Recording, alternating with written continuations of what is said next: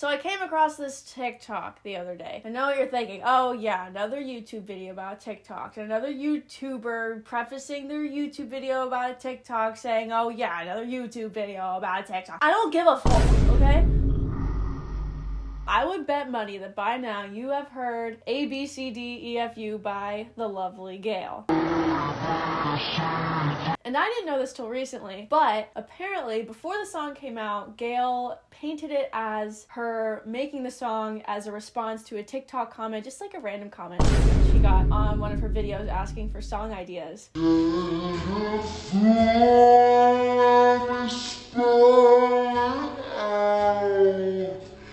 This TikTok went super viral, and then she was like, well, I guess I'll turn it into a song. Or so we thought.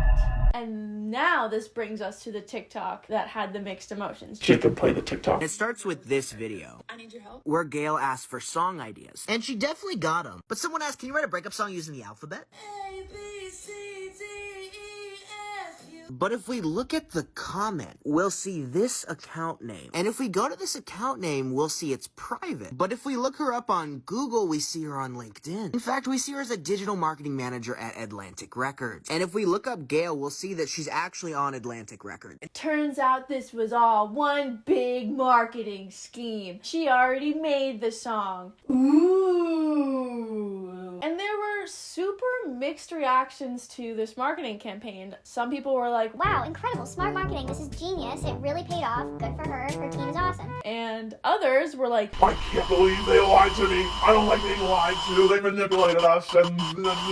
So yeah, some people thought genius marketing, some people thought, wow, this is really inauthentic. After seeing this, it really got me thinking. She can't be the only person who's done this. She can't be the only person who made a song seem like it was made because of TikTok as a nice little story behind it, and then it was actually just one big marketing strategy. There's gotta be other artists out there, right? Was there more strategy behind viral moments and viral songs in the past than we initially thought? And is that even a bad thing? I asked Instagram for some suggestions of artists that we should talk about in today's video, and we're gonna dive into a few of them. Yeah, we are.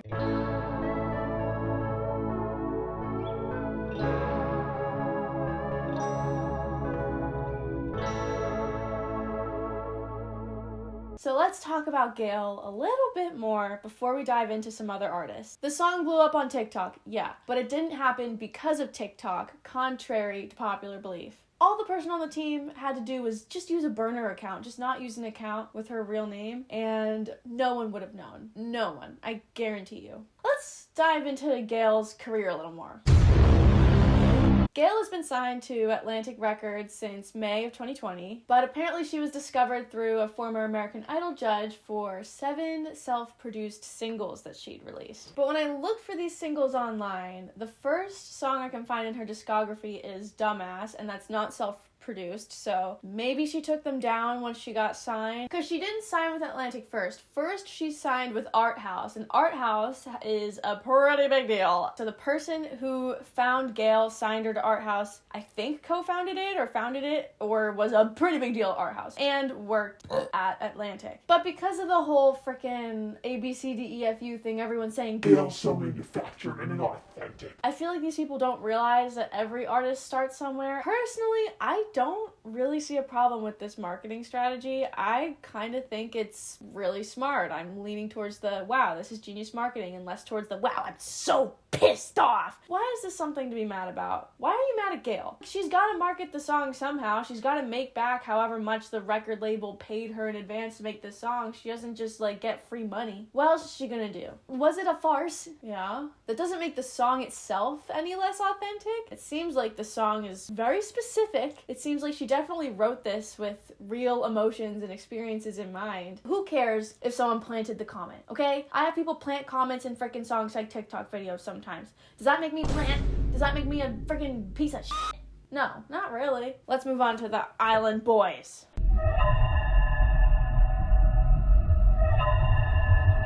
This was our first suggestion of the evening. Thanks. The Island Boys really blew up in 2021 from a TikTok. Cause I'm an island boy and I've been trying to make. But they actually first blew up from doing Instagram live streams Cincinnati, tattoos are shaded as fuck. And they actually created their own little mini talk show, I guess, with recurring guests and stuff that would come on this IG Live. And they'd often just, like, get into arguments with people, I guess. Society loved it. And then, you know, they really blew up on TikTok. But as ridiculous as their persona is, they've said themselves, it's pretty calculated. They're extremely self-aware of exactly what they're doing. They know that by putting on this persona, it will get people to click on their stuff, to watch their stuff. Isn't that what we all dream of? This is what dreams are made of, isn't it? Even their beef with the Nelk boys, that was all fake. You from here? I'm from here, bro. No, I'm from here, bro. You have your face. And they talked about it in this freaking interview. It's not real. Oh, Yeah, it was just a script. Oh, it was? Yeah. The Island Boys are still independent, and they've always been independent. They've had a manager, but no record deal or whatever. They created their persona. They don't really have a team. Is the Island Boy aesthetic as sustainable as Gayle? Probably not. I don't think that many people would buy an Island Boy record compared to people who would buy a Gayle record or even stream it or put it on the radio and stuff. But yeah, I mean, this wasn't a label strategy. They wanted to blow up on the internet, and they got what they wanted. And it worked out for them in the short term. Did the Island Boys lie to us? It's not the exact same strategy as Gayle. No one planted a comment on the Island Boys, but technically their whole persona is a little bit of them playing characters. That's not really who they are, even though that's kind of how they portray themselves. So yeah, I guess it'll be interesting to see what their next move is, if they do delve into making serious music. Next artist of the evening that we're going to talk about is none other than Tramp Stamps.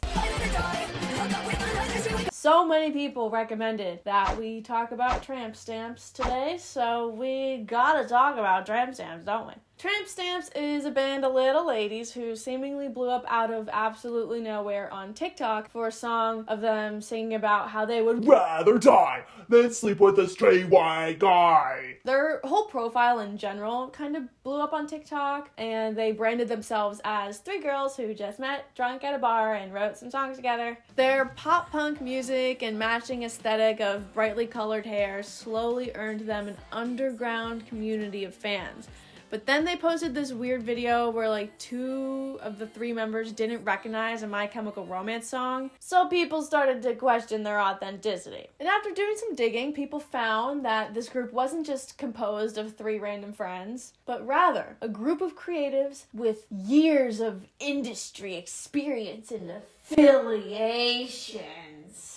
The drummer, for example, had been producing music for years, with their songs having appeared on MTV, DirecTV, Sephora, the NFL, and Stars, according to her website. And the lead singer and the guitarist both had deals with Dr. Luke. But how did they get those connections? We don't know. Maybe they worked on music for a while and someone discovered them and then they made friends in the industry. If the drummer had been making music for years, I mean, it kind of makes sense that the work would pay off. I mean, it's not really blowing up overnight if this has been such a long endeavor. These girls just have a lot of industry experience and they probably know how labels work, know how social strategy works, and wanted to Take a spin at it. maybe they just figured, why not come up with our own marketing campaign? It didn't really work. They don't really have fans that love the Tramp Stamp stuff, but one of the members' solo projects is actually not bad. Like, she has this one song called Drugs with God. God and I meet up later. We'll get drunk, go pass me the paper. Honestly, pretty sick. Last but not least, a few people requested that we talk about Stacey Ryan and Zai 1K's song, Please Don't Text Me When You're Drunk. Please don't text me when you're drunk. I won't text you when I'm drunk. Ooh. Some people think that this was just one big marketing scheme and that there was a label behind it the whole time and they already had the song written, but they made it seem like it was because of TikTok. But that conspiracy is actually so far from the truth. Stacey's an independent artist. She's grown up being trained in music for years. She's a trained jazz musician. She had Please Don't Text Me When You're Drunk in the vault, just, a song she wrote. Didn't really even have plans to release it, and her manager saw that Sadie had done this open verse challenge, you know, the one with the spoon. Work this out. And Stacy saw it too, and they thought, why not do this with one of Stacy's songs? And Zai had been making and releasing original music for a while, and he'd also been doing well on TikTok, participating in these open verse challenges. He did something to Sadie's song, and it really took off. It's really good. Why you got the spoon in my face? But Zai also remained independent. He had some conversations with labels in the past, but hadn't signed. Stayed independent, just doing his thing. And both Stacy's video and Zai's video, duetting Stacy, exploded. The amount of views on Zai's video is absolutely through the roof. It's unbelievable. And Zai wasn't the only one that duetted Stacy. A ton of people participated in her open verse challenge, and this just helped her video get more and more into the algorithm, and I bet that's how Zai found it. It probably popped up on his For You page. Stacy didn't even go into this being like, oh, this is a competition. Whoever wins the open verse challenge gets to be on the song. She didn't even have plans to release it, but the video that Zai did to her song was just so massive that she decided to reach out. She duetted his duet, and that went big. I won't text you at all, ain't gotta worry about me. She reached out, hey, you wanna make a song? He was conveniently in LA at the time, booked a studio session, and Stacy hopped in the studio too. She's from Canada, and they decided to actually professionally record the song and go forward with releasing it. Zai's verse was a freestyle too. All of the things he'd done in the open verse challenges, they're all freestyles. When he went into the studio, he had to keep pulling up the TikTok to remember what he said in the original video, because It was a freestyle. none of this was calculated. None of this was like puppet mastered by industry professionals trying to make an authentic story. No, like this literally happened because of TikTok. And they really, really grinded to finish this song and get it ready for release. They recently released it, and it did really well. It got so many pre-saves, like an unheard of amount of pre-saves. Sorry the light changed. I had to open a window. I had to record this during the day because I have an appointment.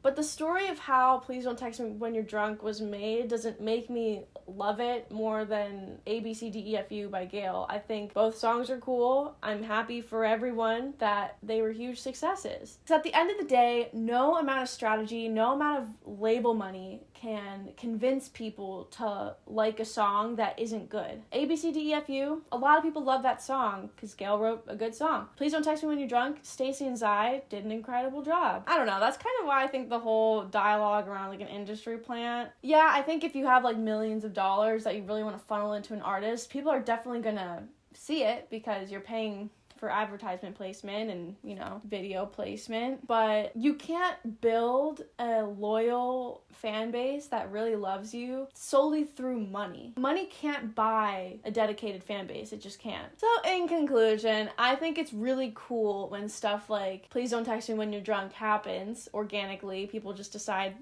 whatever, throw it on TikTok, see if people have any ideas. Maybe it'll help me finish the song, and then it explodes and becomes like one of the biggest songs of the year so far. And I think a lot of labels and artists are trying to simulate that sort of moment for themselves because it makes a cool story and makes people want to follow the journey. And can you blame them? People just want their music to be heard. And do I think it's wrong for labels to like push this narrative? I really don't have that strong of an opinion on it. I mean, I just think it's like a good idea to try to do that because it's clearly working for some people. Like, why not try it out? They're just trying to market their artists in a smart, effective way. And I really, really don't think that people should be mad at Gayle for agreeing to go along with this strategy. She wants her music to be heard just as much as anyone else. I can totally understand why when the whole thing about Gayle came out that people were upset because they felt manipulated, they felt lied to, and they felt like this deemed the song inauthentic because it didn't happen because of TikTok. But I just don't really agree with that. I think the song is definitely an authentic song that's true to Gayle either way. I think that it's definitely rooted in her real life experiences. Her team is just good at marketing. Like, who cares? It's just TikTok. People are gonna use it to promote their music because it's a really powerful tool. That's just my thoughts. Let me know your thoughts in the comments. Let me know if you disagree. Is this a hot take? Yeah.